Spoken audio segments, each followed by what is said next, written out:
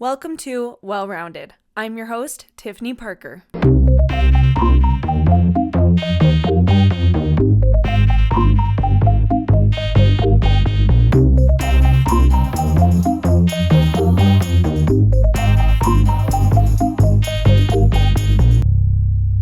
Hello, everybody, and welcome back to another episode of Well Rounded. As you can see, we have a guest here today, the man, the myth, the legend. He is a finance expert of 40 years and also my dad. If you couldn't tell from the fabulous hair. This is my dad, Jim Parker, and he's going to be talking to us about finance today. So, Dad, I'm not going to call you Jim because that's weird. I can't do that. So, Dad, go ahead and tell us about your qualifications, like your experience. Just kind of walk us through a Reader's Digest of your finance life and experience. Okay. Yeah, I joined a financial planning firm way back in 1984. And so, exactly right, 40 years ago today. However, I retired 2 years ago, so technically 38 years in the business. While in the business, though, kind of the top criteria or the top degree is a certified financial planner. So I went and got that. And that's kind of like for an accountant is a CPA, only for financial planners. And then I felt like I had some time available in my schedule when meeting with clients. So I went to ASU and got my MBA, Master in Business Administration in finance as well. That on top of the bachelor's degree from BYU. So all of those things, lots of years of experience coming through, recessions and crashes in the market gives you a lot of knowledge to not panic when things crash. and sometimes it can be the best buying opportunity of a lifetime. So I've seen that through my years. So that made a big difference for my clients. Nice. Yeah, we'll talk about that in a second, because I think we've kind of been in a really long kind of, maybe not crash or crisis per se, but it's a little bit crisis-like, I think, for a lot of us. And you worked at Ameriprise, right? Was that when you got to Ameriprise, was that the main place you worked at for the majority of your career, or? Yeah, in fact, when I started, it was called IDS Financial Services out of Minneapolis.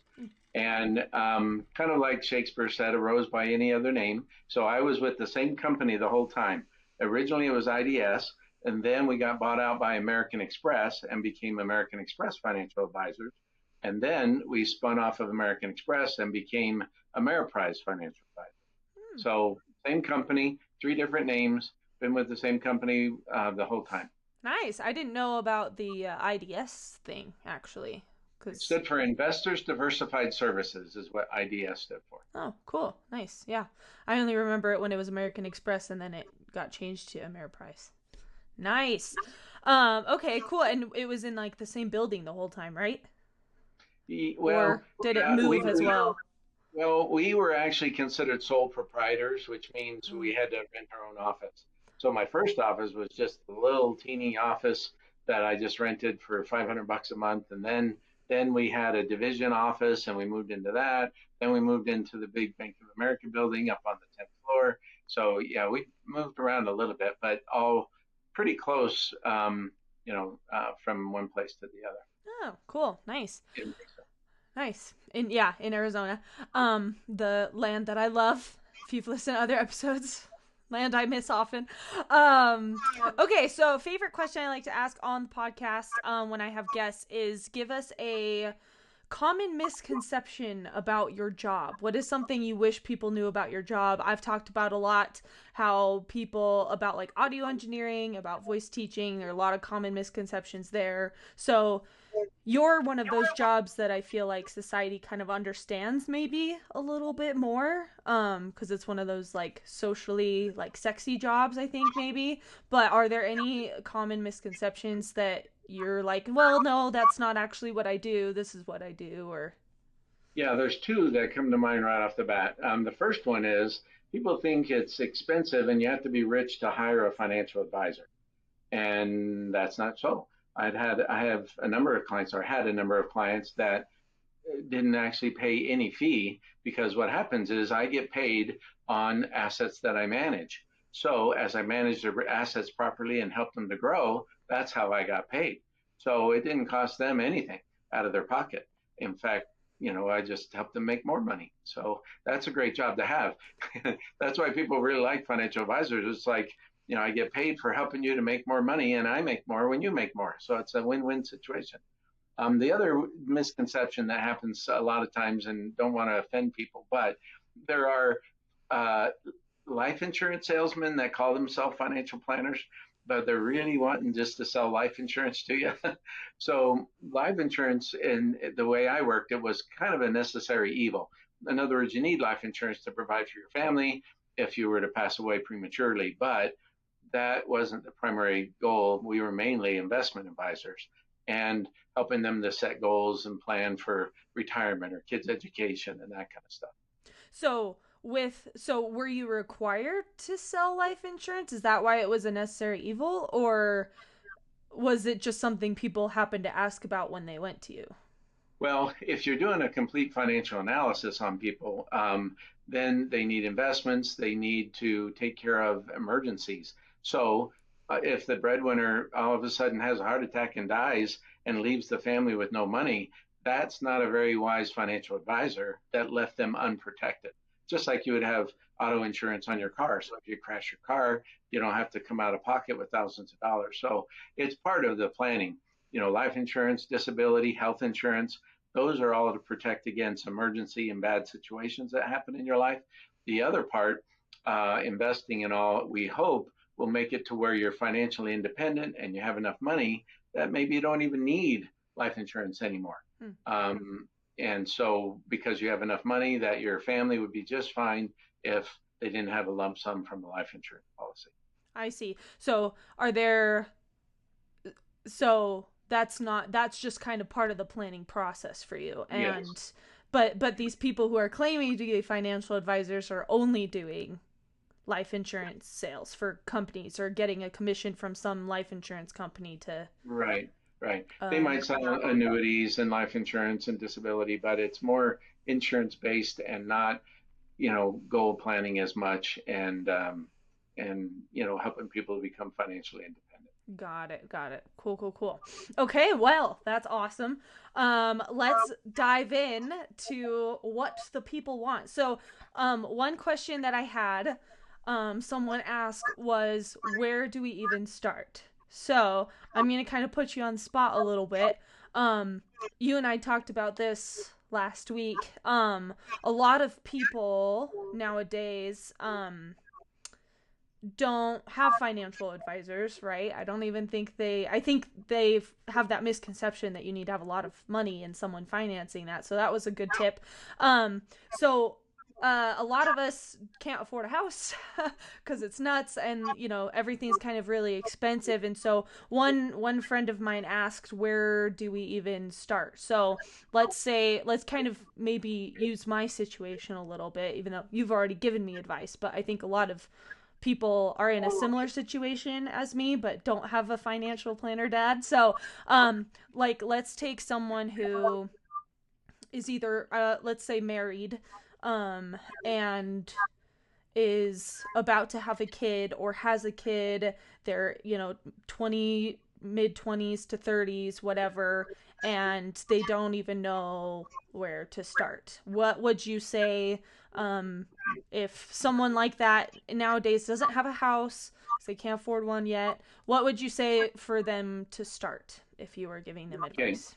Yeah, a favorite phrase for people starting out is a part of all I earn is mine to keep. So what that means is set aside a little bit of every paycheck. You just plan to save money. What happens is you can either spend first and try and save what's left, and there almost is never anything left. So you have to save first and then spend what's left. And so if you pay tithing and then you pay yourself, because what happens is when you're working, you're paying everybody else. You're paying the landlord for rent, you're paying for food, you're paying for your car or whatever, and you're not keeping any for yourself. And building up a nest egg will also help prevent you from going into debt in the future. So that's the second thing is try to stay out of debt like the plague. In other words, you don't want to build up credit card debt because credit cards, man, they're going to charge you 18 to 25% interest. You're not going to get ahead, and you're hardly ever going to get that paid off. So try to stay out of debt like the plague, and and save a part of everything you earn. Well, over time, what will happen is your savings will build up, and you never know when that little bit of savings can make a difference on an opportunity that might come along. I had an opportunity before I was even a financial advisor, that for the lack of $400, we wouldn't have been able to start a business. And so always be saving is another phrase, and just setting money aside. And that'll prevent the debt, because if an emergency comes up, let's say your car breaks down or your refrigerator or your washer and dryer, you'll have that money there that you can use instead of using your credit card all the time. And so those are probably the two most important places to start. So once you're saving, you want to build up to probably $3,000 to $5,000 in savings. And I wouldn't even worry about investing it. Just have it in a bank account. It's not going to earn much interest, but it's cash and it's available for emergencies. So that's where you start. Then once you get past that, if you have no debt and you got $5,000 saved up and you get past that, that's when you can start looking at investments that can make your money grow faster. Nice. So, would you recommend like a percentage, like a 10% or? 10% would be good. Give the Lord 10% and then you pay yourself 10%. Okay, nice. Government's taking at least 20, so. Yeah. Well, yeah. What were Yeah, you well, I was going to say tithing at least is tax deductible, so that helps a little bit on your taxes. And depending, I probably wouldn't recommend it right now, but eventually, when you build up more money, you can do an IRA with that savings, and that gives you a tax deduction also.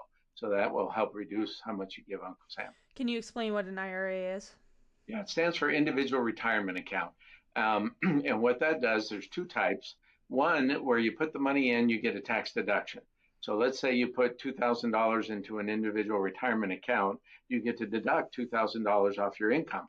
Now, the only disadvantage is they kind of want you to leave it in there until you retire. So there's penalties, like a 10% penalty if you take it out before 59 and a half. Hmm. So that's why you don't do it first thing. You do it after you've built up some other money.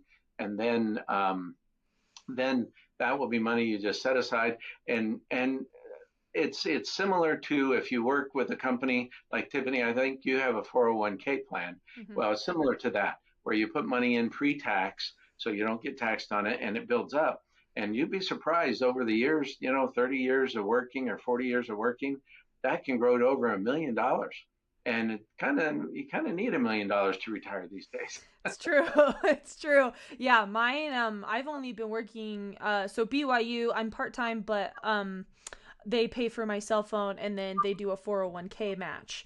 And then my voice teaching stuff is just me running a business. Before it was at the studio, it was just independent contracting stuff. So, like I was on my own for that. So, Add just real quick to what you just said, the match. So that is huge. If your company will match, you need to put in as much as they will match. Otherwise, you're leaving money on the table. So that's money they want to give you, but they only give it to you if you put some money in. So if they match 5%, you put at least 5%. So that's a really good additional way to start, is just through an employee, retirement plan like a 401k plan. Yeah, and it's great because not a lot of, I mean, unfortunately, some places don't offer that, but if they do, that's great. But yeah, to your other point, I've only been there for like 2 years, and it's built up quite a bit, actually. I mean, not $1 million, obviously, but there's almost like $20,000 in there, and I've only been working Wow. there for like 2 years. You know what I mean? Awesome. So, That's um, great. yeah, and you helped me decide how to allocate that. So I think that's probably why it's it's growing. So yeah, that's great. So wait to do an IRA though, because I've like, Yeah. yeah, they But can, do the 401k right now, because that could be part of your saving 10% type right. of thing. Yeah. Right. Yeah. So I probably wouldn't do an IRA then because I already have the 401k, right? Right. Yeah. Right. Because you can crank up that 401k. You can put like $15,000 into a 401k if you could afford it and have money still to pay your bills. Yeah. But you can crank up, put a lot of money in there. And so, yeah, that's the one thing that I would absolutely recommend anybody do right away. Yeah. Okay, what would you say then to someone who is maybe hasn't done the steps you just said of like saving a little bit each time? Obviously, they would need to start saving, hopefully. But what if they already have some credit card debt? How would you advise them to kind of try and work their way out of that? Okay, good question. That's a really good one. So, uh, there's something called credit card surfing that you really don't want to do. But what that is you sometimes will get offers in the mail that says we'll give you 0% interest for the next 12 months. Don't just throw those away because if you're paying 25% on your current credit card, you might want to go ahead and apply for that. Now, the caveat is be careful not to then charge both of them up because then you're worse off. But you want to get as low an interest rate as you can on your credit card. And if you have multiple credit cards already and you can't consolidate them, what you do is you start with the one that has the least amount of balance on it. So let's say you have a $500 one and a $1,000 one and a $2,500 one. What you want to do is put a little extra towards the $500 one, get that paid off. What that will do is it'll give you a feeling of accomplishment, like, hey, I got one of my credit cards paid off, awesome.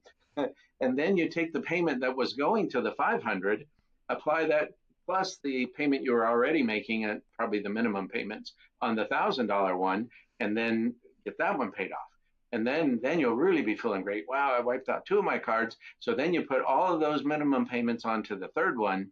Again, still saving, 10% or whatever, while you're paying off those credit cards, because having that savings will prevent you from using the credit cards in the future. It's kind of like if you're out on a boat and it springs a leak, you could bail water all day long, but first you should plug the leak. And then when you bail water, it will stay out. Well, having a savings is like plugging the leak on your debt. So that as you're paying those payments off, if an emergency comes up, you're going to have to put it on the credit card if you don't have a savings account to pay for the emergency. And ideally, you pick the one that has a long, one of those like promotional periods where they don't have any interest for like X amount of time, right? Yeah, yeah. So that would be probably the last one you'd paid off Mm-hmm. because now all of them will have a required minimum just or minimum payment, and so you'll still be paying minimum payments. But here's the caveat on the 0% ones. If you ever use that to charge something, then they charge you the 25% on the new purchase, and it doesn't get paid off until you've wiped out the whole 0%. So whenever you convert over to a 0%, don't touch that credit card, and just pay the minimums until you can pay a little extra and get it paid off, because they'll nail you on that one by, let's say you buy something for $500, that 500 will stay there forever until you've paid off all of that 0% balance. Mm-hmm. So they'll nail you on that one. Yeah. You'll So think, oh, my payment's going to wipe out that 500 that I just put on. No, it won't. It will be the last thing that will get paid off. yeah. So be careful and be smart. But that is a way to kind of, you'd say that that's a kind of a good way to start off to try and work that way through. Yeah, yeah, because you want to pay as little interest as Right. possible. So if you've got high interest rates on your credit cards, look around and see what you can find. It might be at a credit union, might be, just going on to a website, and then when, as you all know, your generation, as soon as you look up something, you get all kinds of offers. The algorithm knows. So sometimes you can just go onto a website and then they'll send you, information saying, hey, apply for our card and we'll give you 0% for 12 months. And so that's you could do that, but again, just be careful. Yeah, totally. Awesome. Cool, cool, cool. Okay. So we've talked about this and you are an expert on this about Dad has a book. Very cool. It says ye shall prosper in the land.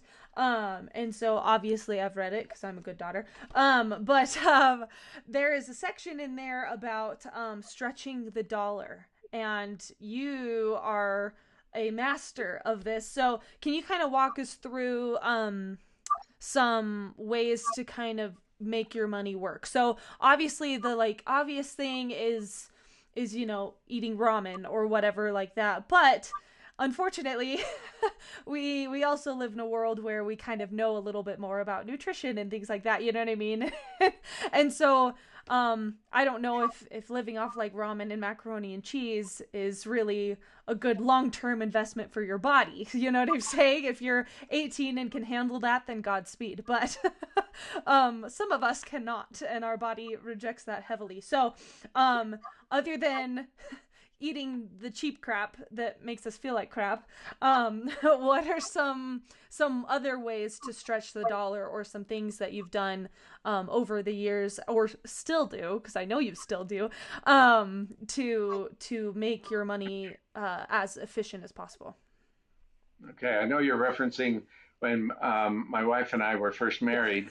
Yeah. We didn't have hardly any money, and so our favorite dinner was chunky soup on rice. And so it kind of felt like, hey, it's chunky soup has got the vegetables and it's got the beef and then rice. The Orientals that they all live forever. So anyway, besides the ramen and the peanut butter and jelly sandwiches and stuff, but but probably the biggest key is looking for sales. And that's probably what you're referencing, because I refuse to pay full price for a box of cereal, for example, unless it's like $2 or less. Forget it, because normally they're like four and a half, $5, $6 a Really? box. So Oh, I haven't yeah, bought cereal in a yeah, long time. Or I like know. ever. Yeah, no, they can be real expensive, but if it's something that you eat, well, like for example, I know our family is really big into steaks right now. Well, normally a steak like a ribeye might be 12 or $13 a pound. Well, occasionally it'll go on sale for 5.99 a pound. Well, that's when you stock up, and that's when you buy extra and throw it in your freezer, and and that saves you a ton of money. In fact, 50%. So where it might normally cost you $30, you could buy a package of steaks for $15 or something. So anyway, that's one of the big ones, is looking for sales. Coupons used to be a big thing, not so much anymore, but all these stores, all you have to do is go onto their website and become a member of their website. So I know we have Safeway and Fry's, and you guys have Smith's, and they all have weekly sales. And so it might be that the vegetables that you like might go on sale, or like onions or bell peppers, or something that's a little more healthy will be on sale, and so that's when you buy some more, and that helps to stretch the dollar quite a bit. Is never paying full price for stuff. Yeah, it's So I don't buy fruit like strawberries, blueberries, all that kind of stuff, unless it's on sale, because normally it's $5 or $6, but it'll go on sale for $1.50 or something. And I'll go, okay. And sometimes even like 99 cents. And or like right now, corn is on sale 8 for $1 for an ear of corn. So anyway, depending on what your eating habits are, just look for those sales and then stock up and buy a little extra. nice. And I feel like sometimes farmers markets can be a little bit more expensive, but I know sometimes they're not though. And you can get like actually fresh produce for maybe less sometimes. I know some of the little the little pop-ups that we have here are actually like pretty dang cheap, and it's like straight from a farm, instead of whatever chemically loaded stuff Walmart has or whatever. Cool, cool, cool. Any other ideas or suggestions you have that maybe aren't food related that you can think of ways to kind of stretch the dollar? Well, I know one of the things that we have here, and this would probably more apply to somebody that has a house, but we have time of day electricity. Mm, And what that means is it's more expensive during the peak hours of the day. So right now in the summer in Arizona, from 2 o'clock to 8 o'clock, it's like 3 times more expensive to use electricity. And so we will do laundry or wash dishes or whatever, either in the morning or after 8 o'clock at night, so that we're using off peak hours, and that saves you a lot of money on your electric bill. So, that's another thing that you can look for is what does your electric company offer in the way of, reducing your monthly electric bill. Nice. Yeah, I got to figure out what that is for me here. If they even do that here, I don't know. Um. Okay. Cool. So moving on a little bit, there's a section in your book, um, called "Don't Be a Pickle Suckler."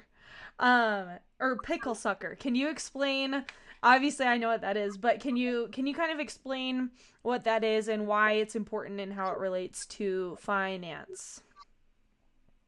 Okay, that was a quote from Gordon B. Hinckley, President Hinckley. And he was always a really positive person, meaning that he always had faith in Christ and was just a really positive person.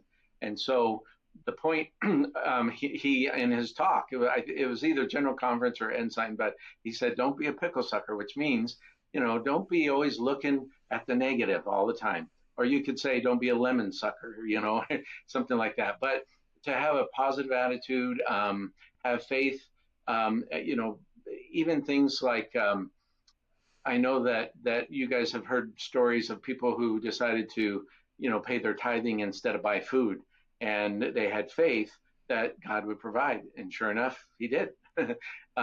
We were even a part of that. Do you have time for a quick little Yeah. story?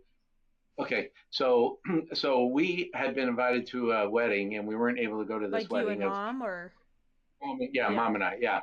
So and we couldn't go to the wedding, but we wanted to give them something, like a gift card or something like that, just to say congratulations. And we kept forgetting and kept forgetting, kept forgetting. So 2 or 3 months go by, and so they've already been married and they've already spent whatever they got on their, from their wedding gifts. And finally, Barbara, my wife, says, we need to send that. So we sent it off, and we thought, oh, it's not a big deal. But then about a week or so later, we get a text that said, we decided to pay our tithing and didn't have any food money. Hmm. We get choked up. You make me get choked up. And your $50 Visa gift card showed up in the mail. And so stuff like that, where, having just faith and belief, and also, what, people like being around happier people. I mean, everybody knows somebody who is, just terrible to be around with at work, and you just avoid them because they're a downer. And so, if you're positive and happy, positive things will find you. I know people have read that book, The Secret, and that's all what that's all about. The Secret is like putting out positive vibes out there into the world, and then positive things come back. So that's kind of what the "Don't Be a Pickle Sucker" is all about. It's just having a positive attitude about everything in life and looking for the positive. Yeah, and that's not saying like, oh, bad things aren't going to happen, or like you're not allowed to be sad or anything like that, cuz obviously you're allowed to be sad, um but yeah, there is a difference, especially in the work environment. I was just thinking about my time at Hale, where it was like, man, like I loved my job and I loved what I did, but like, man, it was just kind of a negative environment all the time, and I'm like, we're creating art, like this should be fun. This shouldn't be like so stressful and so intense, like lives are not on the line here. Why is everyone so stressed all the time? So yeah, that's a great one. And have you found in your life um that has helped you be successful, as being positive, because it's that law of attraction thing, right? So The Secret's a little Yeah. bit woo woo to me, but but I do believe in like the energy you kind of give out is what people are drawn to, and so I've kind of been like studying that, where it's like whatever energy you're subconsciously putting out is the kind of energy you're going to get in, kind of a thing, you know what I'm saying? Yes. Yeah. In fact, on my mission, they call me PMA Parker, for positive mental attitude, and because I was always happy, and I had much more success than I would have than most missionaries had, Mm-hmm. because of positive attitude. And to me, it kind of means, that I have faith that God knows what's going on and that he'll provide. And yeah, it does help you get ahead in life, because you'll be inspired, you'll inspire other people, and it'll help you be more successful by being a positive, you know, positive person in life. Hmm. And what would you say to people who maybe have had a lot of misfortune that's beyond their control, right? Because obviously sometimes people make stupid choices or whatever, but sometimes Right. people just have a lot of stuff that are thrown at them all the time. What advice, not just financial, obviously, but like you've lived a life, right? What advice would you give there? Okay. Well, one of the things to keep in mind is we're here at school, meaning here on Earth is a big school. And so they get all kinds of more opportunities to learn more lessons than anybody else. And so that's one way to look at it, that God knows who they are. And he absolutely knows what they're going through. And Jesus Christ does as well. And he paid for all that. But if you have faith and trust, that they love you and are going to do what's in your best interest. Just like Jesus said in the New Testament, if a son asks for a fish, you won't give him a serpent, or if he asks for bread, you won't give him a stone. So just put your faith in the Lord and pray and hang in there. Um, there have been obviously times in my life and your life where it's like, oh man, things just aren't going well. But if you plow through in faith, in fact, even in Sunday school today, the person said, boy, when you're going through it, it seems terrible. And you just think it's never going to get better. And then when you look back on it afterwards, you're like, wow, I'm glad I came through that okay. And that I didn't get despair and leave the church or, that kind of thing, but that I endured in Hmm. faith. Yeah, yeah, totally. The students that I teach at school, I always tell them, um, I explain to them, like, remind them um, that mistakes will happen, right? Obviously, we don't want them to happen, but they happen, and I always say to them and to myself as well, like, you will learn more and you will retain more knowledge, especially in like the tech field, right? You will retain more by the mistakes you make, and the things like that. And so what I try to do and what I try to encourage other people to do is to use their mistakes or their hard times to like learn something from it, and like turn it into a positive to help you later or whatever. Right. In fact, they will then become the expert to help somebody else down the Mm-hmm. road. So you never know when they're going to be the person that is the one helping somebody else who is going through what they already went through. Mm-hmm. Yeah, when I don't know something, I'm like, oh crap. And so then I go through all these things and I discover all these new things of how to figure it out and where to find it. And then it just instantly clicks. Whereas, when I'm just doing the same thing and I'm not being pushed or doing something new, I kind of stay where I'm at actually. So that can help financially as well, right? So love it. Okay, anything else on that topic before we move on that you can think of? No, I think that's mainly it. Just be a positive person. Everyone will want to be around you if you're happy and kind and loving to other people. Just bring and attract goodness to you. Mm-hmm. And you'll get positive. Let's say you even get laid off from work. All the people around you will say, "Oh, I'm so sorry," and they will give you letters of recommendation that you are the greatest person, the happiest person, the most positive person they know, and that'll help you to get another job. Mm-hmm. Yeah, and people won't look back and be like, oh, and they were a really bitter person, or having that victim mentality is not gonna make you attractive to an employer at all. Yeah. Um, But just a quick example, your aunt, who was a nurse, got laid off from a practice that she was involved with. And at first she was thinking, oh, maybe I'll sue them or, that kind of thing. I said, no, look at what you learned there. Take that to the next one. Well, it turned out the next doctor she went to work for was way better, more kind, had more technology, she got paid more. I mean, it was like the best thing in the world that she got fired from the old one.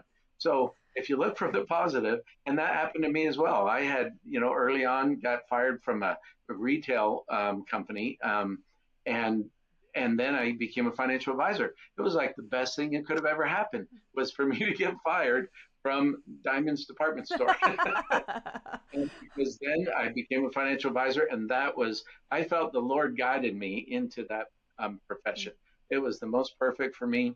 I like working with money. I like being professional, and I like helping people. It was, and I could set my own hours, so I didn't have to miss any of your concerts or the boys, games or sports games and that kind of stuff. So, just have faith and trust in God that if something bad happens, something better could come along, Mm. and keep that out there. Yeah, totally. Okay, so we've talked a lot about like religion stuff, and obviously people who know me know I'm a member of the church. You're a member of the church, one of the few remaining active ones of my age. Why do you think? What are some things that you know of that the church does that makes them so financially successful? So we've seen, right, like there have been some articles released about how much money the church has, like they're greedy, they're holding stuff, whatever, I think you've read some of those, or we've talked about them as a family or whatever. What do you think they're doing, or what have you read about, and why does it work? What do you think it's for? Can you kind of talk about that a little bit? Yeah. One really, really important thing that the church has done is stayed completely independent from the rest of the world, meaning that they have no debt. Because just think somebody could come along and call a debt and say, oh, unless you do this, we're going to call this debt and you owe us this money. But the church has no debt And whatsoever. as And we and talked as a about side note, yeah, if the church was in that position, the freedom of our religion could be affected, right? that. And Exactly. Yep. and it's a worldwide church, right? So whether you like it or not, or you're a member or not, or whatever, um, like that would affect millions of people around the world for the worst. Like that could be held over our heads by Right. whatever And, force you're owe a debt to or yeah, whatever. yeah, exactly. And we also are not reliant on the government. If the government said, well, I guess I don't want to get into too many Yeah. examples, but if they said, you have to perform certain marriages in your temple or you're going to lose your tax-free status as a religion, the church could say, fine, we'll lose our status. Not a big deal because they're financially independent and not reliant on the government for anything. And so some scriptures, which we won't get into, talk about how you won't be able to buy or sell without a mark of a beast or something. Mm-hmm. And so we as individuals also should try to be completely independent. So and then the church gets its money by the prosperity of its members. So as members and its active members, because in other words, tithings don't come in from inactive members, Right. right? Fast offerings don't come in from Yeah, inactive if I members. left, I would not keep So, paying tithing. So, right. So, the Lord is blessing those who are active tithe payers and fast offering payers, and there are blessings, windows of heaven and things like that are promised. So what's happened is the Lord has blessed the members of the church to be prosperous, and that in turn then causes the church to be prosperous. Now the church has invested money as well because they build up a certain amount, and what they've invested in though are things like farms and orchards, as well as of course all their churches and temples and all that are considered real estate investments. But so they're investing in things that will also help us to be independent. If we have our own farms and orchards, then if the government tries to curtail, what you can buy and sell, church can say, hey, we have our own bishop storehouse, we have our own farms, we have our own orchards, we can provide for ourselves and not rely on the government at all. So that's some real important things that the church has done. and that also then allows the Lord's work to build a lot of temples. I mean, every time, every general conference, President Nelson is saying, 10 more temples or 15 more temples, or, they're building temples faster than I think we can get people to construct them, that's frankly. true. they're announcing them. And so, and so in the last days, when things are going to get rough, the Lord wants to have temples, close by the members. And so the prosperity that the church has is because of the prosperity of the active members of the church. And then they're using that to, build temples and things, which, if each temple costs, say, $25 million, if you're building 10 of those, now we're up to $250 million that active tithe payers have to pay in order to be able to build those Mm-hmm. temples. Yeah, and they're not like spending that money that they don't have, right? Right. You pay cash for Right. everything. And I think I heard Yep. they like pay full, or maybe in like large installments or something like that, or whatever they buy the land. Yeah. Well, it's cash. Whatever. They have plenty of money now to just pay cash for the land and for the construction costs. Everything is just Yeah, cash. nice. Yeah. And I think it's important to note too, that they surf around the world. There's those yellow vests. I forget what it's called. It's like Helping Hands or something like that. Helping Hand. Yeah, yeah, yeah. And they use that money for that as well. So, I remember it was a whole debate on the internet about the greediness or whatever. And it's like, listen, we're the first ones there to help, and And give millions of dollars in uh relief huh, aid for those. right, Yeah, because yeah, it's not just the service of the individuals putting their time in, but the church will often, throw in millions of dollars for, Costa Rica or, whatever has had a big disaster happen to help them rebuild. yeah, for sure, yeah. And you can't do that if you don't have the money. Yeah, they wouldn't do that if yeah. So that's awesome, and they have like the best accountants and financial advisors and lawyers and all the things. So I think whether you believe in the church or not, or are a member or not, I think they're smart financial decisions or smart financial decisions, and I think you can always learn from those kinds of things. Maybe not to that scale, right? Obviously, but I think there are a lot of good principles to learn there that the church kind of understands these concepts and things that you've talked about. So you talked about earlier saving and all that stuff. There are a lot of different kinds of little like investing apps nowadays. I think there's Acorns, um there's one called Robinhood, I think is a famous one. Things like that. I was listening to this podcast, and this one guy was like, well, if you invest $100 on the Robinhood and it makes $100, it's $100 more than you had before. Would you personally recommend save when you're saving your money, investing it in one of those little things and having it grow and work for you, or would you kind of discourage that, or what's kind of your personal opinion, professional opinion? Okay. So a lot of times, excuse me, what happens is people fall prey to speculation. Speculation means I'm going to invest $100 and make $1,000. Now, in Bitcoin, that kind of happened a little That's true. bit. I mean, it was like $1,000 for Bitcoin. Now it's $60,000 for Bitcoin. So that's a rare situation. So when you're first starting to save, you don't want to speculate and go 100% risk, because a big risk like that means you could also lose your money really fast also. So you don't want to do that. So what I recommended, for example, in your 401k, because you're young and you have a number of years before you're going to need that money, we invested in stocks, but not individual speculative stocks. We did mainly the S&P 500. So the S&P 500 is the biggest 500 companies in the world. So it'll be Apple, it'll be Microsoft, it'll be Nvidia, which has gone through the roof. There will be a lot of real strong companies, Coca-Cola and Walmart, and companies like that in that S&P 500. So a lot of times people don't outperform the S&P 500. So that's kind of a first place to start. If you're just kind of plugging along, you can buy what's called an ETF, which stands for Exchange Traded Fund, that buys the S&P 500. So you obviously couldn't afford to buy shares in the 500 biggest companies in the country. Some of them are thousands of dollars per one Right. share. So you can buy this exchange traded fund, like one of them is called SPY, and SPY is the S&P 500.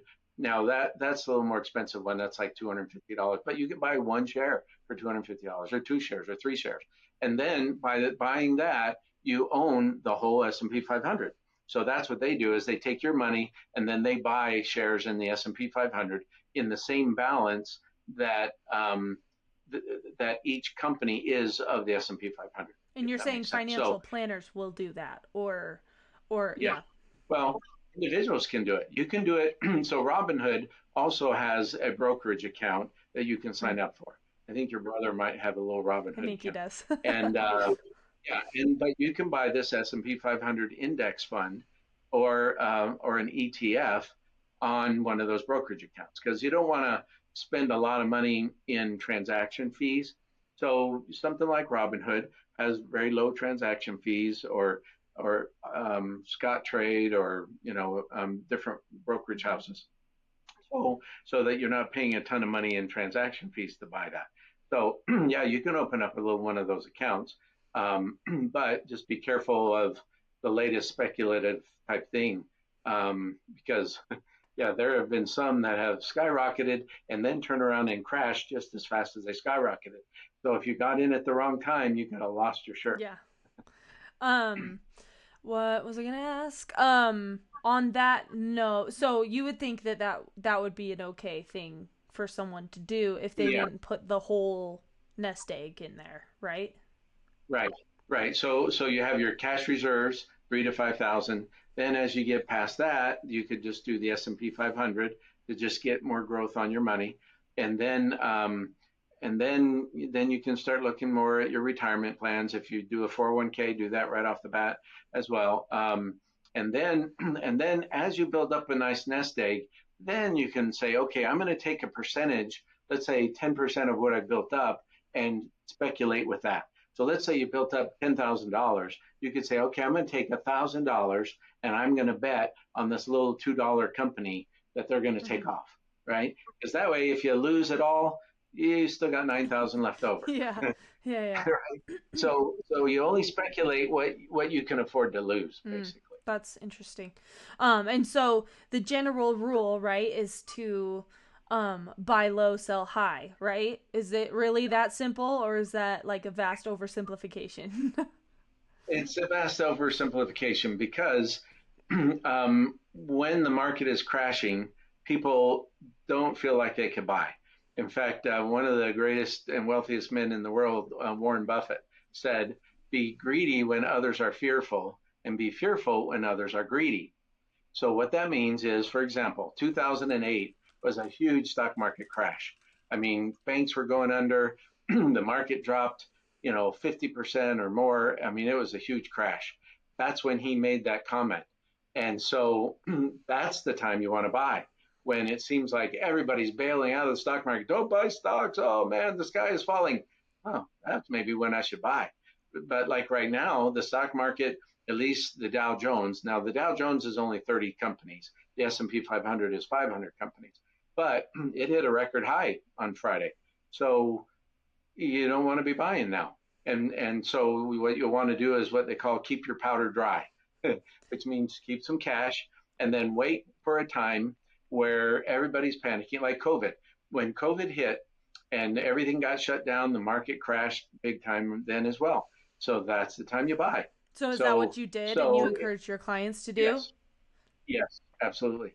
Yeah. In fact, I had a Yeah, tell some client stories in about that or something. yeah, I had a client in 2008, and he was a driver type, where he would tell you, Mm. what he was thinking. Okay, so the big crash of 2008 happens. I didn't get people bailed out. I didn't move over to cash. Their stocks crashed like everybody else, and and I called and talked to them. And here's another thing: don't be fearful to do things that other people don't want to do. Meaning that his other broker, he had two brokers, me and another guy. At the The same other guy company? kind of hid, say no, Oh, a different okay. different company. So I kept trying to compete to get the money over from the other Yeah. company, right? Saying, hey, my investments are better, I'm doing better. So he would bring them both in and we'd compare it, and I was always beating him. but he never brought it over until the big crash happened. And I said, hey, I take credit when your market is going up and you're making good money. So, I'll take the blame when it crashes. However, what we need to do is buy right now. This was like November, December of 2008. I said, this might be the best buying opportunity we have in your lifetime. And so he was, left my office, placated and okay, that kind of thing. Well, fast forward about 6 months, the stock market took off. His money was growing. The other guy never talked to him once. He moved all of his money, which was $1 million, from the other company to me because he said that you didn't run and hide. You're facing up to the big crash, but we did things to take advantage of the big crash so that when it recovered, not only did he make his money back, but he made more on top of that. So anyway, that's an example of where, when you buy when everybody else is panicking, it could end up being a really good investment. Same thing 2020 with the COVID. Same thing. I had clients calling like, what do we do? What do we do? I said, hey, this might be another great buying opportunity. And sure enough, it was. And so if they had some bonds, we bought stocks. If they had cash, we bought stock. If they had stocks, we left them alone and just waited for it to come back. Because the worst thing you could do is sell after it's crashed, because then you're not going to make it back. I did have one client, and I still feel bad to this day because he said, get me out of the stock market. I'm never going to buy again. And so I never recommended ever again. And she sold at the bottom and really kind of never got it back because she never wanted to get back in. It was just too much risk, and she didn't ever want to see a statement go down in value. So anyway, but that was like one in hundreds. Right. But for the most part, clients took my advice. And when I said, man, this might not be the bottom, but it's already down 30%. That means if it just goes back to where it was, and that's the other thing, the stock market always has gone back to where it's been and then gone higher. So these big crashes that we've had, they have never stayed down there. Now, it might take 2 years, might take 5 years, for it to get back, but eventually it comes back to where it is. Like you said, Friday, we hit new record highs again. Well, this last Friday? if you had bought last Friday, 2 days ago. Yeah. So, the market, the Dow Jones broke 40,000. I remember when 30,000 was huge and 20,000 was huge. And when I was having a birthday party, when I was 40 years old, it just broke 10,000. So, if you can hang in there and don't panic when things go down, and or buy if you have a little extra, sitting around when everybody is freaking out, that's when you want to buy. Yeah, and you'll get it for a steal, right? Yeah. Exactly. Nice. And sometimes if there's a real good company out there that just got bad press, you can have a big crash in that one stock. Like if you look at Apple even, or some of those kind of companies, they had these dips in value that actually represented buying opportunities and not so much, bail out and get out, because they turn around and go back up again because they're big, strong companies that are making billions of dollars. So I think that's a big thing to think about for kind of today's day and age where we're all very instant gratification-esque, or a very instant gratification society, to where if you are at a point where you're investing, whether through a little app or through a person like a professional, to kind of be patient, right, and think of the big picture instead of right here, right now, because then it can make you a lot more down the road, right? Yeah. Right, exactly. What was the crash during COVID not quite as bad as 2008, or? Yes. Okay. Yeah, it was about 30%. In 2008 was more like 50%. Okay. Because so you could have lost half of your value in 2008, and that was because banks were going under, and it was kind of scary. The government was bailing out banks because they had lent. It was kind of like a run on the bank, like you hear in It's a Wonderful Life. There's a run on the bank. It was kind of like that because a couple of big companies went under that had billions of dollars, and so then the government came in and said, okay, we're gonna prop you up by giving you $25 million to the various banks and stuff. So it was pretty scary and ugly, but it was probably the best buying opportunity since the Great Depression of Wow. 1929. Could you even invest in Yeah, 1929? no, I didn't. No, I I know. wasn't alive in 19. Thank you very much. Not what I meant. Well, and I think you've talked about this before, that people maybe might not realize, because I think a lot of people my age don't even know like what the stock market is, like barely is. But I think you've said before that the stock market is emotional, kind of, right? Can you explain Yes, that a little bit yes, more? yeah, yeah. No, people, uh, people jump in and out because of emotions, not so much. Like, for example, let's say you owned Apple stock, and apparently Warren Buffett sold some of his Apple stock. Well, you had people just panicking. Oh no, Warren Buffett, he's the Wizard of Wall Street or whatever, and so I better get out too, right? And so it wasn't any decision that, oh, Apple's not a good company anymore. Apple's not earning billions of dollars anymore, or Apple doesn't have billions of dollars on their cash, on their, cash in their books anymore. It was just emotional, like, yikes, I got to get out. And so a lot of times it's an emotional thing, and that partly was my job as a financial advisor, is to help people uh, not follow their emotions. In other words, I was the stabilizing effect, and just say, no, this will pass. Calm down. Everything's okay. Don't panic. It will come back. Don't worry. And so, because that's what happens, is Mm. they panic, and and they see a statement that went down $10,000 or $100,000 or whatever, and they panic and like, I better get out before I lose Yeah. everything. No, you're not going to lose everything. It's going to come back up, and we should buy. So I was always the voice of reason, and that was partly my job, is to help them to not use emotion and Nice. panic. Yeah. I think it's I'm rewatching old episodes of Shark Tank, and Kevin O'Leary was especially harsh in the beginning. And he's like, money doesn't have feelings. Money doesn't care about how you feel. Money doesn't this or whatever. He's like, it's not emotional. Don't cry over your money. It doesn't cry over you. This is really funny.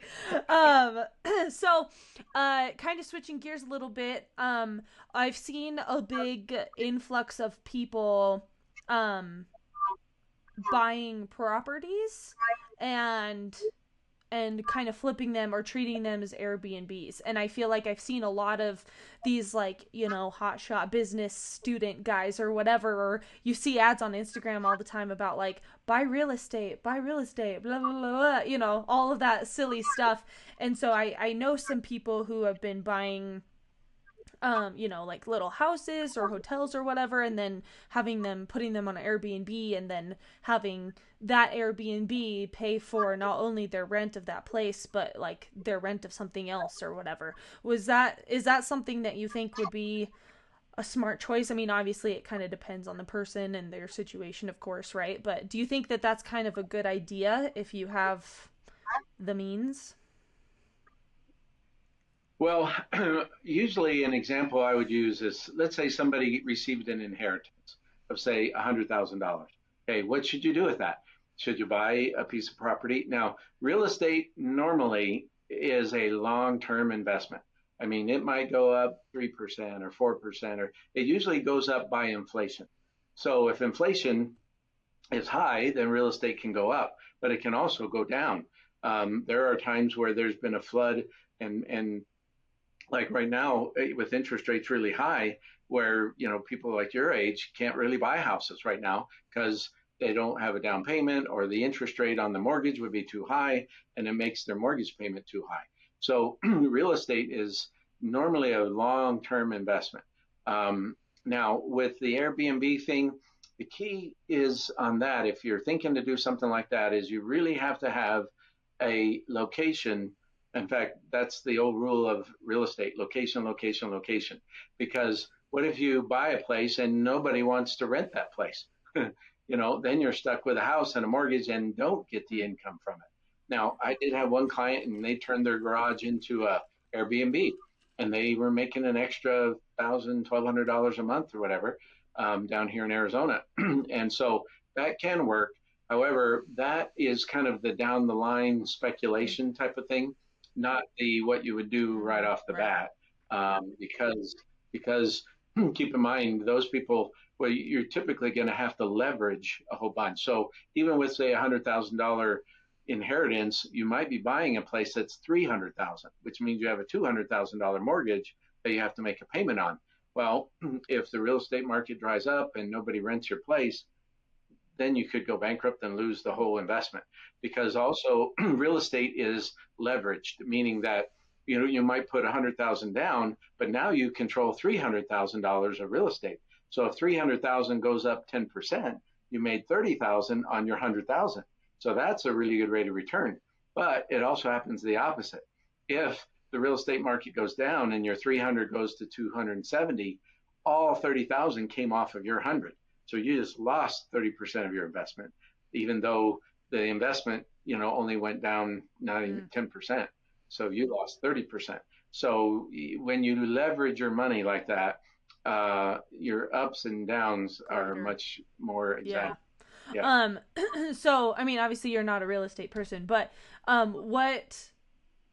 how would someone look at to see if this is a good time or a bad time to sell or to buy a house or something like that, because I feel like it's been Yeah. for a couple years now where it's like it's not a good time to do that.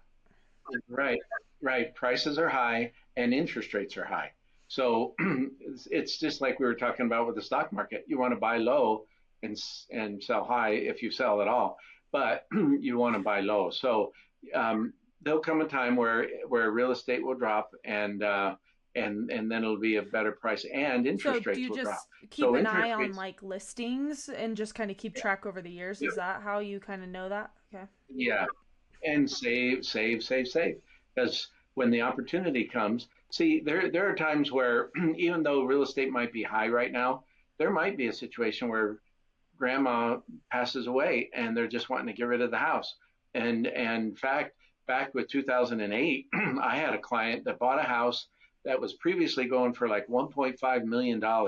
He bought it for 300,000. Yeah, and that's because it got foreclosed on by the bank, and so the bank was just wanting to get rid of it, and so so he was part of an auction, and he won the auction and moved in. He's still living in it to this day, and now it's back over $1 million Wow. again.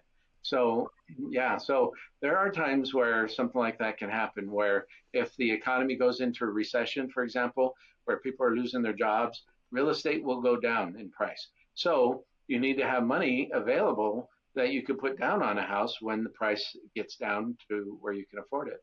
Otherwise, the opportunity will pass you So by. would you recommend kind of playing that game a little bit from versus paying rent to buying a house like and kind of keeping an eye on that, or would you suggest that people get out of renting as fast as possible? Yeah, well, renting, you don't get any tax deduction or anything. It's just money down the drain kind of thing, and and you're helping somebody else pay off their mortgage a lot of times. Or in some cases, you're paying somebody for having paid cash for the house. And so, let's say, for example, in that 300,000 example, if somebody bought a house for 300,000 with cash, their other option is they could invest that at say 5% interest and earn 15,000 a year. So they need to make 15,000 a year on that piece of property, or else you've got the headache of renters that things can go bad, water heaters can blow up, air conditioning units can blow up.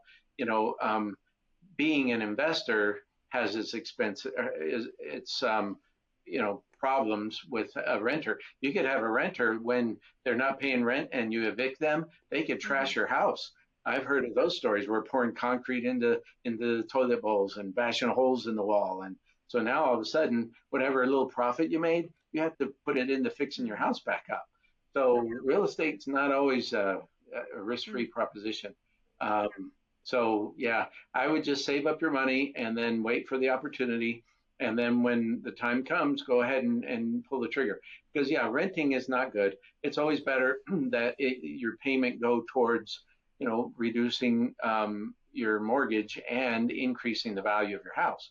So like your brother, for example, he has a mortgage and every payment he makes reduces the mortgage, which means he has more value left over in his house. Eventually, when the mortgage is paid off, he has a house free and clear. and it might be worth, say, 300 or 400,000 that he could sell and use that money for something else or buy Mm, another house with it. So ownership is definitely better than renting right. in a nutshell. But it seems like right now mortgages are more than rent, kind of. So, Yes. so that's kind of a moot point. Well, Okay, cool, cool, cool. Um, let's see. I don't think I have anything else. I think those are all really good places. I mean, we could go really deep, but like I told you, I think most of my listeners are my age. And they just kind of, I think a lot of people, and not just people my age, but I think older too, just because of the economy and stuff, kind of just don't know where to start. yeah. Yeah. Inflation has really taken a bite out of people's income. So whether their rent has gone up, which that has in some cases gone up double, or food prices have gone up and all that. So that's why you got to look for those sales and coupons and, and try and save some money to offset the inflation Mm-hmm. that's happened.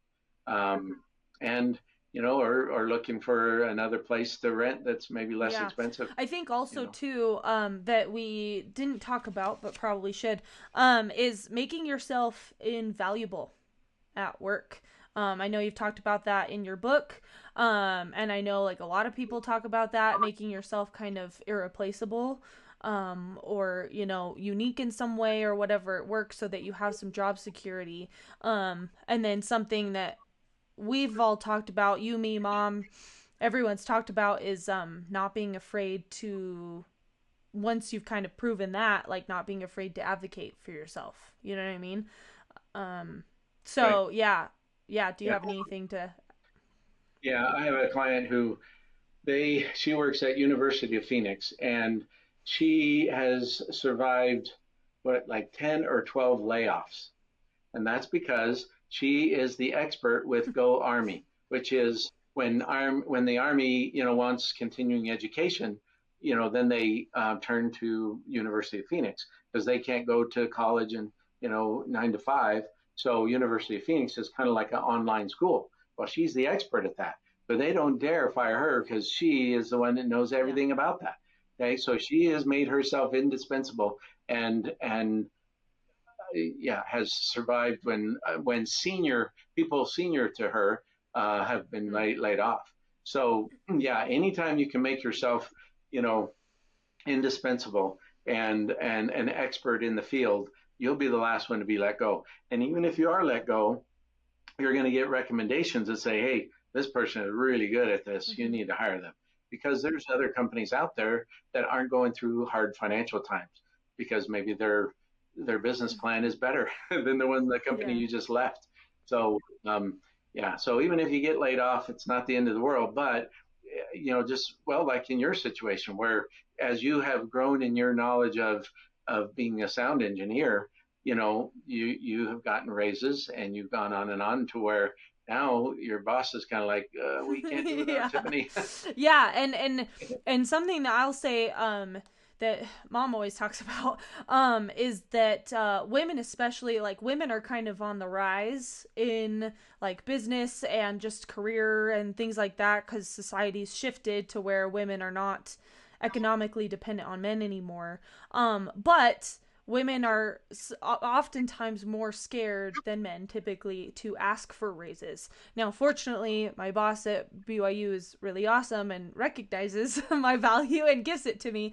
But most people don't. And at Hale, I had to ask for it. At the studio I was teaching at, I had to ask for it over and over and over and over again. You know what I mean? Even though I'd been there longer than everyone else, I had the best student retention, I brought in more money, all this stuff. I had to constantly ask and like advocate for myself, and I got it every time. And so I think it. Well, because what's the option? We lose Yeah. Tiffany, and that's the thing. See, if you're convinced, if your self worth and your ability is strong enough, and this is what you were talking about earlier about making sure you're the best in the field, they're not going to Mm-hmm. want to lose you because they're going to get somebody inferior who might screw up and cause them to lose money because the performances aren't done right and that kind of stuff. So the more, the better you get, and the more indispensable you are, the more you can ask for it. But and if you're really, really self-assured, you have to be That's willing what to I was walk. just gonna In other say. words, Yeah. you have to be willing to say, hey, there have been people asking for me to come work for them. So, either the raise or I'm taking a hike. Yeah. And they will almost always, and like in your case, they always came through to find in the budget somewhere to keep you on Yeah, board. yeah. So don't, on top of that, on top of saving, on top of getting out of debt and all that stuff, recognize your value, but also be worth that value. You know what I mean? You're not entitled to anything. And something that I find really frustrating on the internet is all these people crying and recording videos of themselves crying on the internet about how they like can't afford, they're like exhausted from their 9 to 5 and stuff, and it's like it's very much this victim mentality thing, and I don't feel like they're doing the most at work. I don't feel like they're trying to be indispensable. I don't feel like they're trying to learn new skills or to do anything like that, because if that was the case, then I would feel like that was a valid feeling. You know what I mean? Yeah, you're exactly right. Yeah. So, and if you're in an area that's kind of a dead end job, then on your free time, if you have some, learn something that you can do better at and make more money at. So always be learning, whether it's in your current profession, so that you can raise to the top of your current profession, or to bounce out into a different one that maybe is better suited. Like I said, I was in retail. I was an assistant buyer in retail, uh, but it really wasn't my cup of tea. And so having, moved over to be a financial advisor, and I didn't have to have a CFP. I didn't have to have a master's degree, but all of those things made me feel better about myself, because then when I'm competing against another financial advisor, I could say, well, does he have a master's in business administration? Is he a certified financial planner? Does he have so many years of experience that, I could just say all this stuff that I did Mm-hmm. that I didn't have to do, that sets me apart Yeah, from everybody yeah. else. And I think your work ethic goes a long way too, because I know some of these people that I've been listening to, they're like, having a degree, having all that stuff is great, but I mean, that doesn't entitle you to anything, though. You know what I mean? Like, You yeah. got to put in the So, hard work. anyways, Yep. don't be afraid to make to like stick up for yourself, and if you have stuff like you said, if you have stuff to back it up with, like whenever I wrote emails to my boss at the studio, I was like, here's why I'm valuable for the following reasons, and I was like, I do this, I do this, I do this, I do work outside of when I get paid, all that stuff and things like that. And so if they're logical and can see that point or whatever, then you're gonna get it. It's a little uncomfortable for sure. Like it's not fun to do, and it's extremely uncomfortable, and I think that's why a lot of people avoid it. But it's completely worth it though. Yes. Yeah. And think of it. So the employer would rather pay you pennies and get, a super good, employee, and they make more in their pocket. So sometimes, yeah, getting a raise reduces their income, but they wouldn't have that income if that good employee wasn't there doing their job Mm-hmm. and working hard like they do. So yeah, so you have to be, feeling pretty good about your ability and what you've learned, and that without Mm-hmm. you, they're But going to again, struggle. you have to earn that, And right? that You have to earn it. You have to that's prove it. Um, so I think that that's really important. And on top of all those other things, that I think will make you successful in anything. It's kind of like the end of Devil Wears Prada, right? Where it's like she only worked for like 6 months or whatever, and she goes to the other place, and the guy asks her about it, and Meryl Streep is like, if you don't hire this woman, you're making the biggest mistake of your life. It's kind of one of those things where, um, yeah, yeah. In fact, I saw just a clip of that just the other day where they were at this party, and Meryl Streep didn't yeah, remember these people that came in. One was an oh yeah, ambassador, that part, we love remember? that scene. And then the assistant is like, oh no, I just saw their name. Yeah, she was I sick. know Yeah. what it is. And then yeah, and no, yeah, and so and so so she whispers in her ear, that's the ambassador so and so, and that's so and so, the woman that he Yeah. left his wife for or whatever. And so anyway, but she was Mm-hmm. making herself indispensable because she was became the right hand woman to the Yeah, devil. to Meryl Streep's character. Yeah, but we can learn things from chick flicks. No. But yeah. So let's see. Okay, so in summation, so save everything you make a little bit. Always be Always saving. be safe. Yeah. Stay out of debt as much as possible.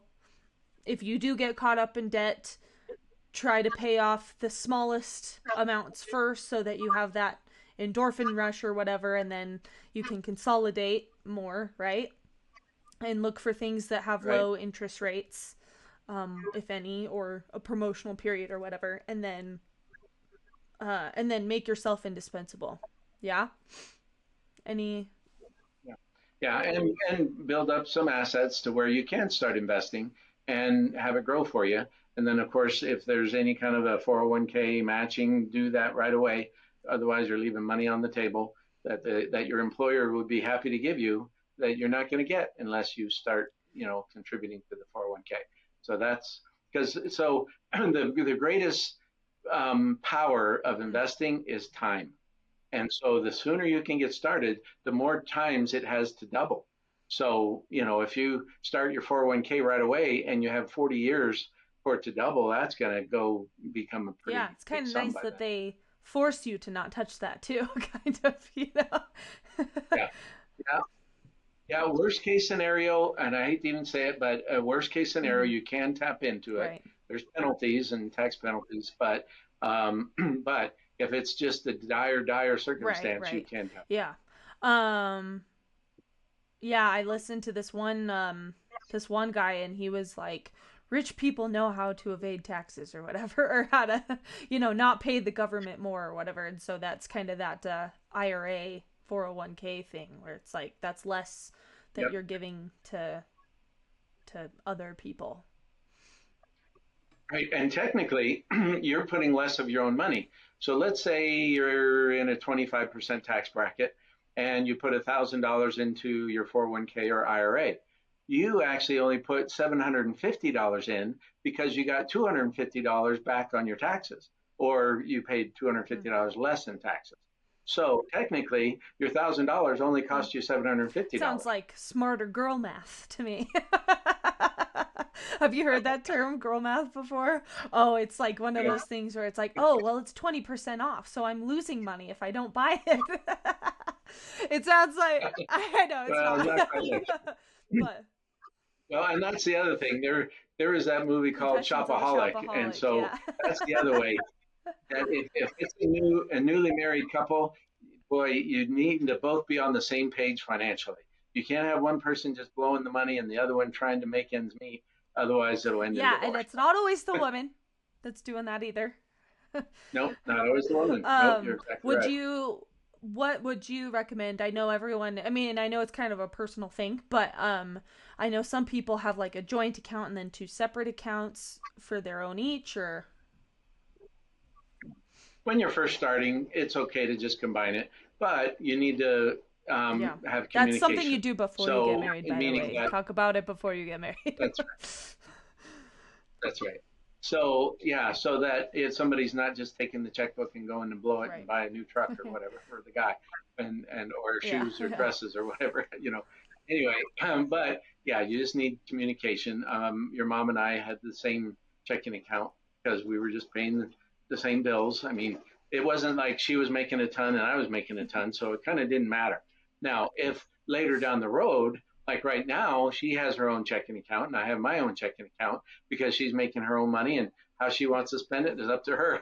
And then I still pay all the bills with my checking account. But so anyway, that so later on you could do that, but when you're first starting, it's not like you have a ton of money Yeah. to work with. So and a lot of bank accounts have Right. a monthly fee. So the more accounts you have, the more fees you're Right. paying. And So some that's of not them good. have like a minimum And that you have to keep in the account as well, or something like that too. yeah, and be super careful about insufficient fund charges. That could kill you. So where you're not paying attention and you go ahead and buy something and there's not enough money in the account, and all of a sudden you get hit with a $35 insufficient check charge. And that I had a couple one time. I was their ministering brother, and they were getting hit with like 10 of those a month. So it was like $350 poof to the bank because they just didn't understand, if there's not money in there, Yeah. you can't write a check. Wow. It's like, seriously. Yeah. So, yeah, so that be really careful and make sure that everybody knows, okay, I spent this, we deducted it, so don't spend more than this for lunch or whatever, otherwise it'll bounce or we'll get hit with Yeah, an yeah, SF yeah. charge. That makes sense. So yeah, that's a little bit more of like a personal thing, but I think it's very, very important to have that conversation before you get married. That's like needs to Yeah. be on your list of like things to talk about as you get to know each other. Yeah. Yeah. For example, your mom, I knew that she was a frugal person. Even though her dad was a doctor and made, good money, she was always like, can we afford this? And even when she was still living at home and and then dating her, I could tell she was kind of frugal and Yeah. that was great for It's me. attractive. Yeah, I remember there were some times where she would only put like $20 in the like at the gas station or something, and I didn't know why. Yeah. She didn't just fill it up all the way, but now looking back, it's like, oh, that might have been a budgetary thing or something, or whatever. Um, so one last question before we call it. Would you recommend putting aside some cash, like physical cash? Yeah. Yeah. And the reason is, I actually wasn't doing that until I saw the hurricane that hit Galveston, Texas. And all of the ATMs were down, credit card machines, power had gone out, and Mm, cash was the only means. Meaning that if you didn't already have the water and the food and stuff, you wouldn't be able to buy anything unless you have cash. So I always do, have a little safe or something that I keep some cash in so that if all the power was out, I could still go buy something. Now you couldn't get gas because the pumps right. didn't work because the power was out, but I could go into a store and say, here, I have a $50 bill or $100 bill. I want this water and these canned goods. And, I could actually buy food because I had cash because they couldn't use my debit card. They couldn't use a credit card. They couldn't use anything by cash. So it's not a bad idea to at least have a little bit of cash squirreled Yeah, away in some I safe place. remember. Just don't forget Yes. where you put it. I remember when I was in college, I just had the one debit card. I didn't have any credit cards or anything like that, and my debit card got hacked, and like so I couldn't use it until they got me a new one, and I didn't have like multiple debit cards and multiple credit cards or anything, right? That was like my one thing. And so fortunately I had like a couple $100 in cash so I could still like eat that week, cuz man, some of these companies are slow to Yeah. get you a new card, and you can get like a temporary card or whatever, but that's almost just as much work. So would you recommend any kind of amount or anything, or just Well, it yeah. depends on your circumstance. Like you said, a few $100 if you're a starving student might be Yeah. enough, to tide you over a little bit. As you get, a family, then I'd get up to more like $1,000, something Mhm. like that. Just Yeah. depending on your circumstance. Um, Nice. yeah. Awesome. Well, I think that's all I have. Any other last words of wisdom from Papa Jim? No, just proud of you and all the hard work. You've always been a hard worker, and no matter what you did, and had multiple jobs, and so you know it's out there. And so if you feel like you're not making ends meet, you know, either work more, improve your value so that you can make more, and you know, and then if your expenses stay the same, now that's the other thing. There's one more phrase that came from a book called The Richest Man in Babylon. That which each of us call our necessary expenses increase to meet our income unless we protest to the contrary. That means you're always going to just Mm-hmm. spend whatever you make. And they've done polls that most of America, like 40% of America, doesn't even have $400 saved anywhere. And I'm like, gee, me, that's terrible. And so, and that just is because when they get an increase in income, their spending and their expenses go up to meet that income. So now they're not saving. Well, if you were making it okay on the previous income, when you get a raise, you should sock away the whole raise and build that up because don't increase your expenses to make up for Mm-hmm. that raise that Yeah, you just that's got. good advice. Um, yeah, I think, and also don't be afraid to be creative. Like, it's 2024 now. We're not limited. There's like an infinite number of ways to make money now. You know what I mean? Like, there's, some 15-year-old video game obsessed streamer who's like a millionaire or whatever. You know what I mean? Like so there are ways to make money, but they take effort, and so and then yeah, if you do get a raise, don't spend it all. Yeah, no, that's all great advice. Good refresher for me as well. Any other things you want to say to the people as a comfy retired man? God bless you all. God bless you all, and at some point you'll have enough money, hopefully, to be able to retire and enjoy and go on missions and serve, travel and the world stuff. and stuff, or whatever. Yeah. All right. Well, thank you so much, Dad, for being on. I'll talk to you in a couple You're hours, welcome. I think. So thank you so much for being on. Dad's book is not available for purchase yet, but it will be on Amazon at some point. And we've also been working on some ways to get it as like an audio file.